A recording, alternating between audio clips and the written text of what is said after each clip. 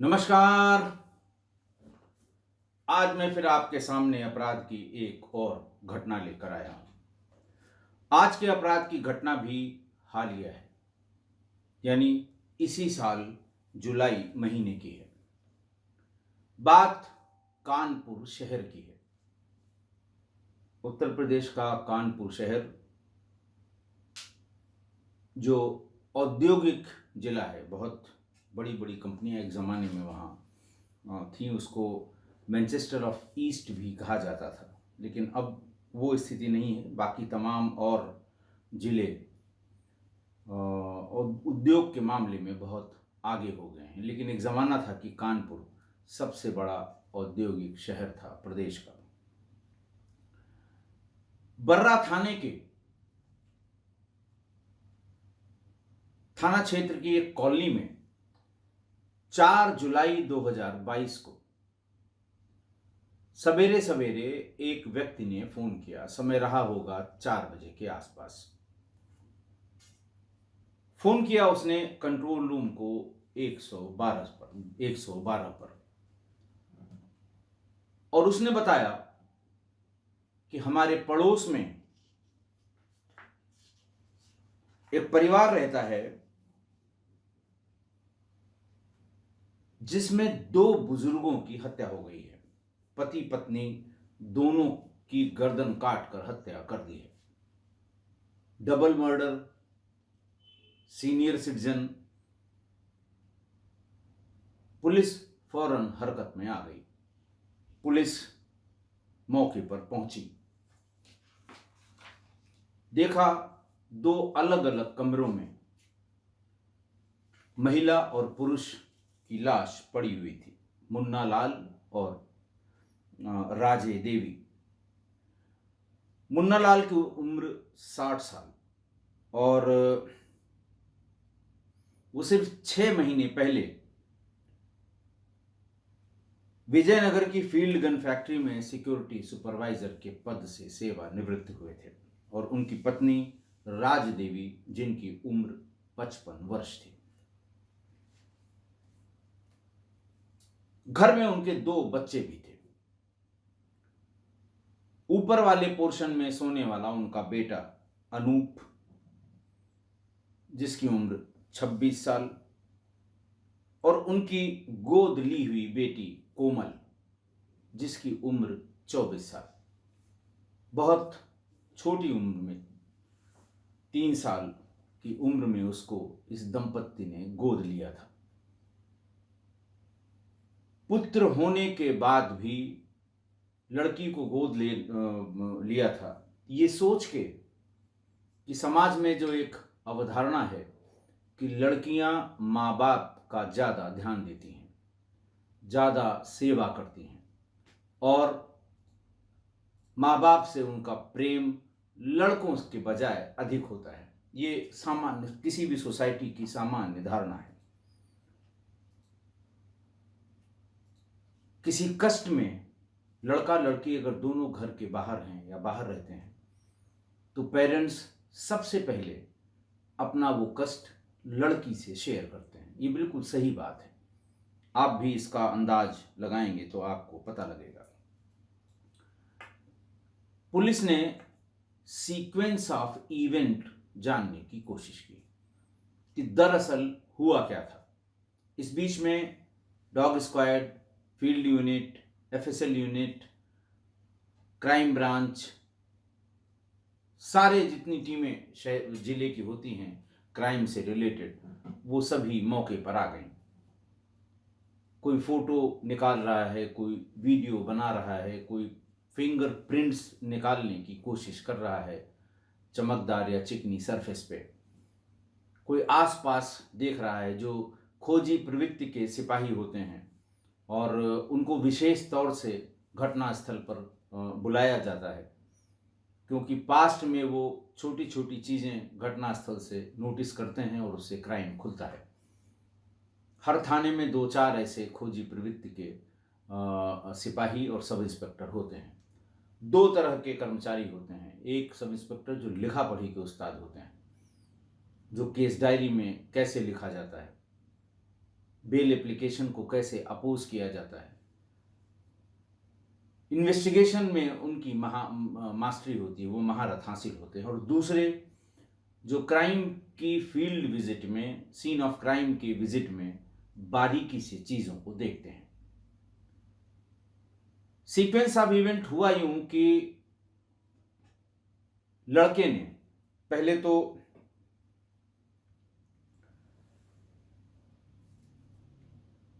उनके लड़के अनूप ने ये बताया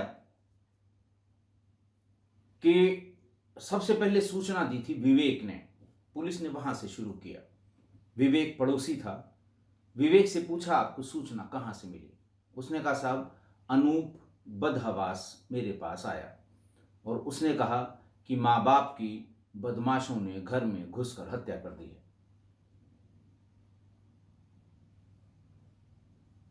और तुम पुलिस को बुलाने के लिए फोन करो। बेटे अनूप से पूछा गया कि तुम्हें कैसे पता लगा, तुम कहाँ सो रहे थे, कहाँ थे, किसने जगाया, क्या सुना, कितनी देर में नीचे आए। तो उसने कहा साहब मैं गहरी नींद में था और मुझे बहुत झकझोरा गया। मैंने आंखें खोली तो मेरी बहन कोमल जोर जोर से चिल्ला रही थी कि तुम सो रहे हो, बदमाशों ने माँ बाप को नीचे मार दिया है। मेरा सर भारी भारी था, सर घूम रहा था, मुझे ऐसा लग रहा था कि मुझे बेहोशी आ रही है। लेकिन मैंने ये समझा कि शायद माँ बाप की इस हत्या की सूचना से मैं शॉक में चला गया हूं या होश में नहीं हूं। पुलिस वालों ने बातचीत करते समय ये नोटिस किया कि या तो अनूप ने शराब पी है या किसी ड्रग का सेवन किया है। कुछ नशे में जैसा वो मालूम दे रहा था। फिर पूछा गया किसने बताया। उसने कहा साहब कोमल ने नीचे से आके चिल्लाते हुए बताया। मुझे कुछ नहीं सूझा। मैंने जब लाश देखी तो पड़ोसी विजय को बुलाया, विवेक को बुलाया और उसी के जरिए पुलिस को सूचना दी और पुलिस आ गई। पुलिस ने आसपास के लोगों से भी पूछा कि क्या ये शराब पीता है। लोगों ने बताया कि नहीं, ये शराब भी नहीं पीता है, न किसी तरह का नशा करता है। लेकिन आज कुछ जरूर समझ में नहीं आ रहा है कि इसको क्या हो गया है। फिर नीलम से पूछा गया, कोमल से, उनकी बेटी कोमल से, कि तुमको कैसे पता लगा। उसने कहा मैं दूसरे कमरे में सो रही थी तो मुझे कुछ हड़बड़ी की आवाज आई। पहले मैंने सोचा कि शायद अगल बगल कहीं पर कुछ खटपट हुई है, लेकिन फिर भी मन नहीं माना। उठ के देखा तो मेरी माँ अलग कमरे में और पिता अलग कमरे में, और इसी भाग दौड़ में मैंने देखा कि 2-3 आदमी खुले दरवाजे से भाग रहे हैं। पुलिस ने आसपास के सीसीटीवी कैमरों को खंगालना शुरू किया। ये सब सवेरे सवेरे की बात है, 8-9 बजे की, 10 बजे तक। लेकिन वहां आसपास के किसी भी सीसीटीवी फुटेज में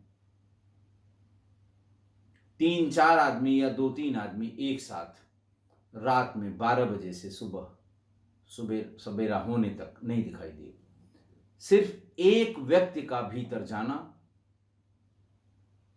और थोड़ी देर में भीतर से बाहर निकलना, ये दिखाई दिया। पुलिस ने उसका पुलिस ने उसकी फोटोग्राफ वीडियो फुटेज से निकलवाई। बहुत स्पष्ट फेस नहीं था, चेहरा नहीं दिख रहा था, लेकिन चाल ढाल, लंबाई, बाकी सब चीजें समझ में आ रही थी। इसी बीच खोजी सिपाहियों ने बातचीत करते करते ये देखा कि कोमल की एक उंगली में चोट लगी है और काफी ब्लड निकल रहा है। अंगूठे से उस उंगली को वो हमेशा दबाए, बातचीत करते समय दबाए हुए थे। सिपाही ने पूछा क्या हो गया, तुम अंगूठे से इसको क्यों दबाई हो। घबरा गई और जब अंगूठा हटाया तो बहुत ही डीप कट का निशान था।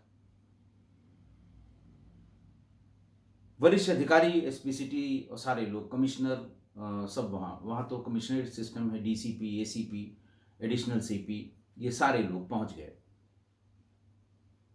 और कहा गया कि इसको फौरन मेडिकल के लिए ले जाया जाए, क्योंकि वो जो कटा हुआ था वो तेज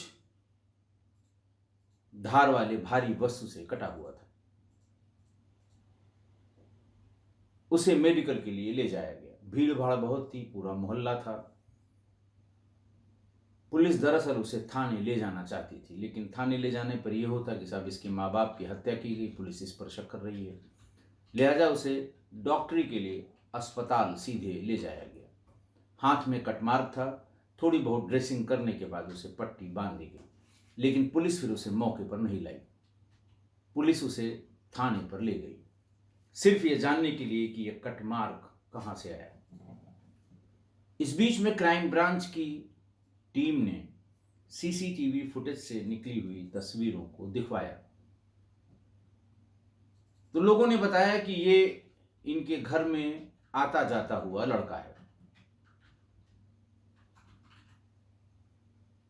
बेटे अनूप से उसे दिखवाने की, तो उसने कहा साहब ये कुछ कुछ रोहित जैसा लग रहा है।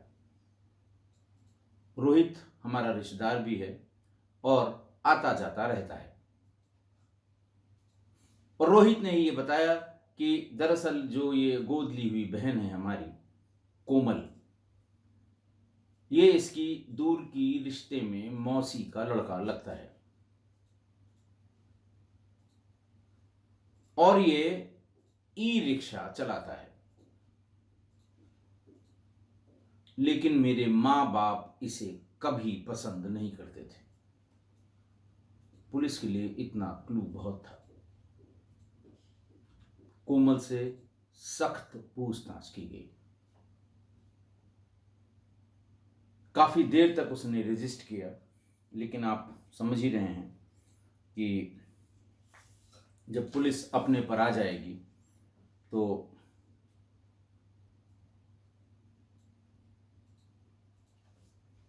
अच्छे अच्छे अपने आप को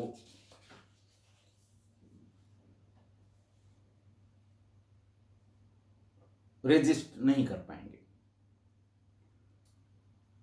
पुलिस ने बताया, पुलिस को तब इसने पूरी बात बता दी और ये बताया कि हाँ वो रोहित ही है। पुलिस फौरन रिश्तेदारों के हाथ दबिश डालकर रोहित को भी ले आई। रोहित से जब बातचीत हुई तो बहुत चौंकाने वाली बातें समझ में आई। उसने बताया कि हम दो भाई हैं, मेरे बड़े भाई का नाम राहुल है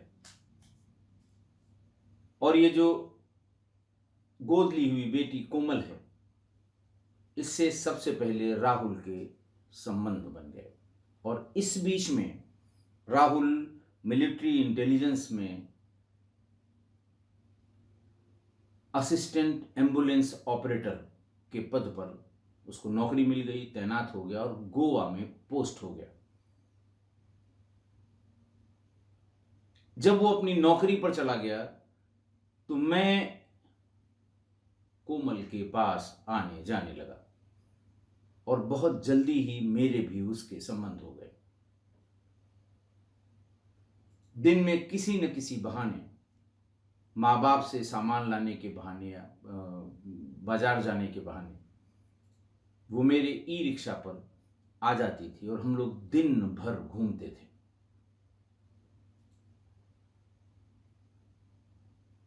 बाप चूंकि 6 महीने पहले ही रिटायर हुए थे तो वो भी घर में रहने लगे और ये सब प्रकरण साल भर से चल रहा था। साल भर से बड़े भाई राहुल के साथ संबंध, और बीच में जब वो 2 बार छुट्टी आया था तो वो भी इसे लिए घूमता था। जब वो चला गया तो मुझसे संबंध, दोनों भाइयों के बराबर आने जाने से इसके मां और बाप दोनों को शक हो गया और पिता ने और मां ने दोनों ने इनके आने जाने पर प्रतिबंध लगाना शुरू किया। कोई सामान लाने की बात कहती थी तो पिता कहता था कि मैं खुद ले आऊंगा, तुम घर के बाहर नहीं निकलोगी। धीरे धीरे अपनी ये तकलीफ उसने रोहित को भी बताई और राहुल को भी टेलीफोन से बताई और ये कहा कि मेरे भाई की पत्नी से विवाद है और वो अपने मायके में रहती है। अगर माँ बाप और भाई भी उनके संबंधों का विरोध करना उसने शुरू कर दिया था। माँ बाप भाई से अपने बेटे से शिकायत करते थे कि इसका आना जाना मुझे पसंद नहीं है, इसकी हरकतें मुझे पसंद नहीं है, और इसी वजह से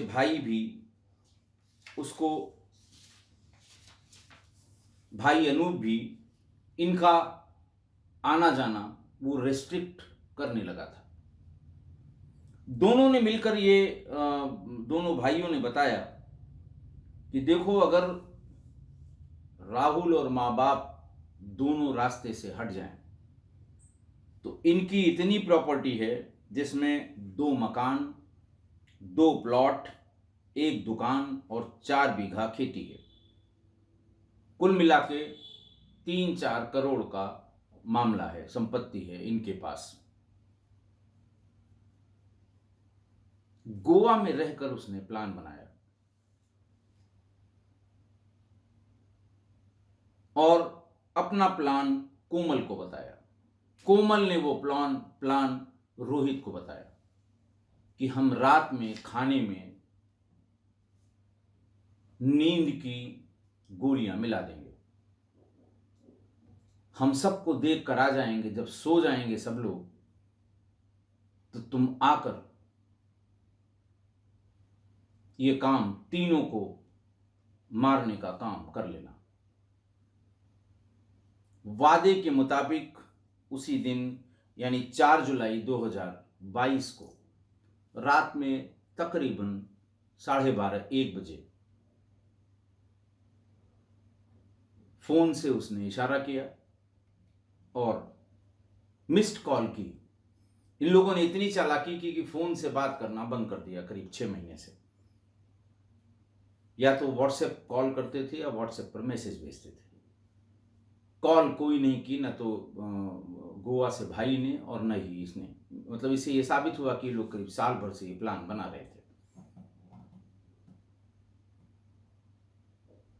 मिस्ड कॉल की, दरवाजा खोल दिया कोमल ने, रोहित भीतर आया। नीचे पहले उन दोनों को अपने साथ वो आला कत्ल यानी वो बांका ले आया था, फरसा। दोनों की गर्दन पे 2-2 वार किए, दोनों वहीं खत्म हो गए। लेकिन इसी बीच पुलिस की गाड़ी का सायरन उन्हें बजता हुआ सुनाई पड़ा, कोमल को भी और रोहित को भी।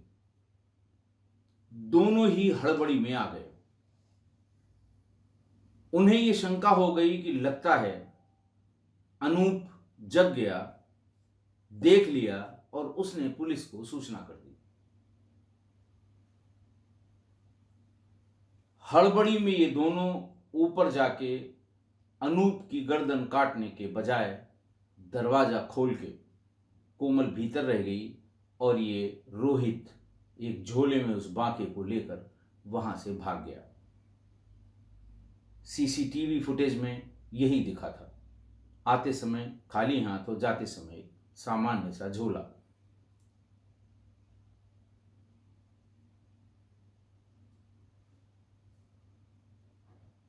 पुलिस को जब ये पूरी बात बताई गई, पुलिस भी हैरान हो गई कि क्या ये कोमल किस तरह की है।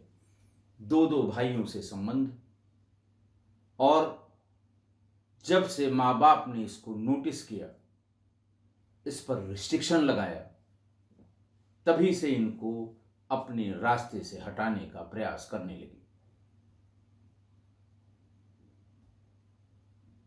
भाई अनूप जो अपना सिर भारी भारी या जो सिर उसको जो चक्कर सा आ रहा था, वो उसी नींद की गोली की वजह से।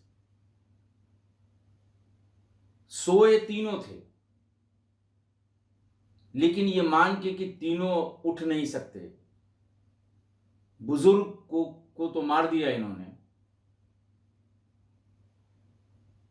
लेकिन अनूप के पास तक जाने में ये हड़बड़ी हो गई।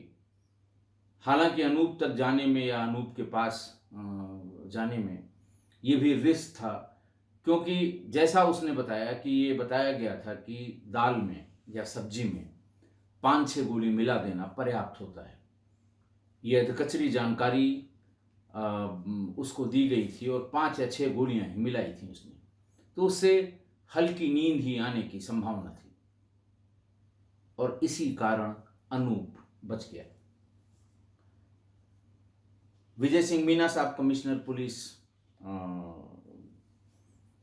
वहाँ हैं कानपुर में, और तमाम अधिकारियों ने फिर इसकी पूरी प्रेस कॉन्फ्रेंस की और प्रेस कॉन्फ्रेंस करके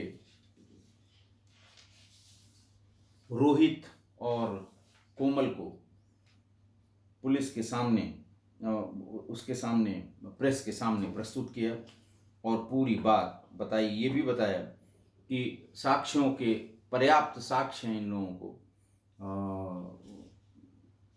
गिरफ्तार करने के, इनके अपराध को साबित करने के लिए एक टीम भेज दी गई थी भाई की तलाश में गोवा और मुंबई में जहां इनका हेडक्वार्टर है वहां, और बाद में उसे भी पकड़कर ले आया गया था, लेकिन कॉल कोई नहीं थी और कोई बात नहीं थी। इस वजह से बहुत उसके विरुद्ध ज़्यादा साक्ष्य इकट्ठा नहीं हुए और जिस दिन हत्या हुई थी उस दिन भी उसकी मौजूदगी गोवा में थी। आज की घटना, आज एक बेटी ने संपत्ति की लालच में अपने मां बाप की हत्या कर दी। संपत्ति की लालच तो इमीडिएट कॉज था हत्या करने का, लेकिन प्राइमरी कॉज था कि उसके प्रेम संबंधों में मां बाप और भाई रोड़ा बन रहे थे, और प्रेम संबंधों में रोड़ा बनने पर मां बाप तो क्या पूरी दुनिया ही दुश्मन दिखाई देती है, चाहे वो लड़का हो चाहे वो लड़की हो। इन लोगों ने सोचा था कि भाई को और मां बाप को मार के इतनी प्रॉपर्टी मिल जाएगी कि कोमल और उसके दो आशिक जो सगे भाई थे इनकी ऐश हो जाएगी और ये आराम से अपनी जिंदगी काट लेंगे।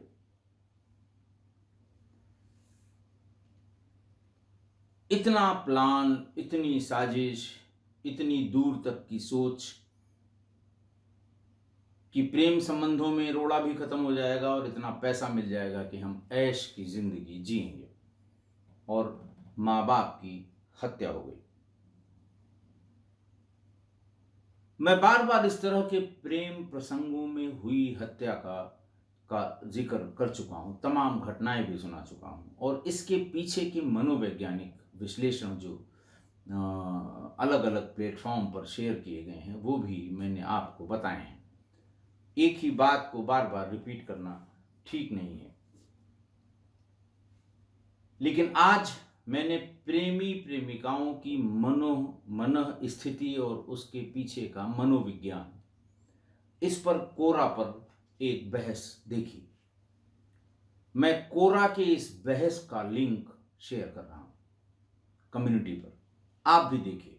तमाम इसमें ऐसे पहलू दिए गए हैं, तमाम ऐसी जानकारियां जो पहले से मेरी भी जानकारी में नहीं थे, हो सकता है आपकी जानकारी में हो, लेकिन आप इसे देखिएगा जरूर, क्योंकि ये कुछ लोगों ने उसमें इसके तमाम मनोवैज्ञानिक कारण दिए हैं।